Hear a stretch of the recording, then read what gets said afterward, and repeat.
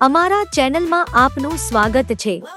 આ વિડિયોમાં આપણે બનાવી રહ્યા છીએ પીનાની ચટણી। આ ચટણી તમે ઇડલી, ઢોસા, ચપાટી, રાઈસ બાત અથવા ભાત સાથે પણ સર્વ કરી શકો છો। આ માટે જરૂરી સામગ્રી જોઈએ।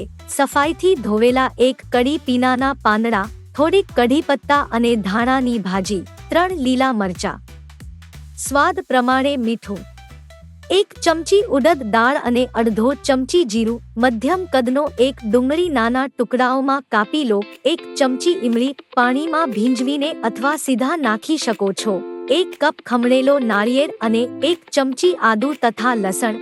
બનાવવાની રીત: એક પેનમાં 1 ચમચી તેલ મૂકો, તેલ ગરમ થાય પછી તેમાં ઉડદ દાળ અને જીરું નાખો।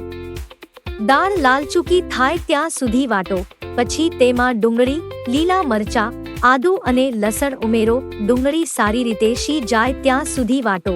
જો તમે લસણ ન વાપરવું હોય તો છોડી શકો છો। પછી કઢી પત્તા, ધાણાની ભાજી અને છેલ્લે પીનાના પાંદડા ઉમેરો। પાંદડા શેળી પડે ત્યાં સુધી અને કાચી વાસી ન રહે ત્યાં સુધી વાટો। ગેસ બંધ કરો અને મિશ્રણ ઠંડુ થવા દો। જ્યારે મિશ્રણ ઠંડુ થઈ જાય ત્યારે તેને મિક્સરમાં મૂકો। નાળિયેર, ભીંજવેલી ઇમલી અને સ્વાદ પ્રમાણે મીઠું ઉમેરો।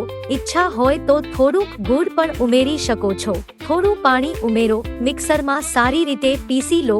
વધુ પાણી ન નાખો। ચટણી વધુ પાતળી કે વધુ ઘીચી નહીં હોવી જોઈએ। હવે પુદીનાની ચટણી તૈયાર છે। તમે તેમાં વઘાર નાખીને નાસ્તા કે ભોજન સાથે પીરસી શકો છો। આ ચટણી 2 થી 3 દિવસ સુધી ફ્રીજમાં રાખી શકાય છે। તમે વઘાર કેવી રીતે કરવો એ જાણવું હોય તો કમેન્ટમાં જણાવો। મહેરબાની કરીને લાઈક કરો, શેર કરો અને સબસ્ક્રાઇબ કરવું ન ભૂલતા। ધન્યવાદ।